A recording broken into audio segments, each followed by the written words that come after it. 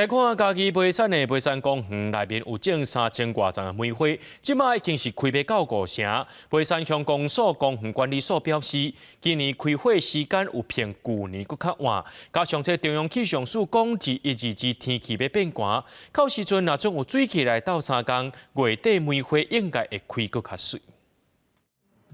树仔顶开了大大细细梅花，远远看那亲像落雪同款。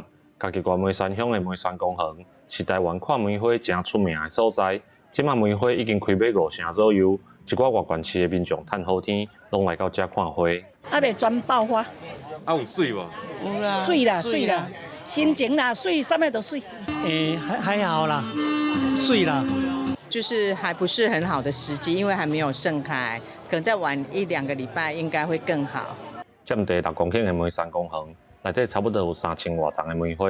梅山乡公所讲，梅花开花时间差不多拢伫1月中过后，今年有较慢，若是天气搁较寒，水气搁有够，会开了搁较水。到目前为止吼，咱的公园的梅花已经开差不多5成左右吼。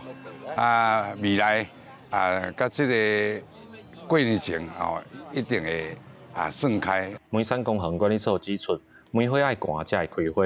家己地区这阵仔的天气到中昼都变较烧热，后礼拜有一波寒流，刷落来天气变寒，应该会互公园内底梅花规个大开。记者林慧婷家己报道。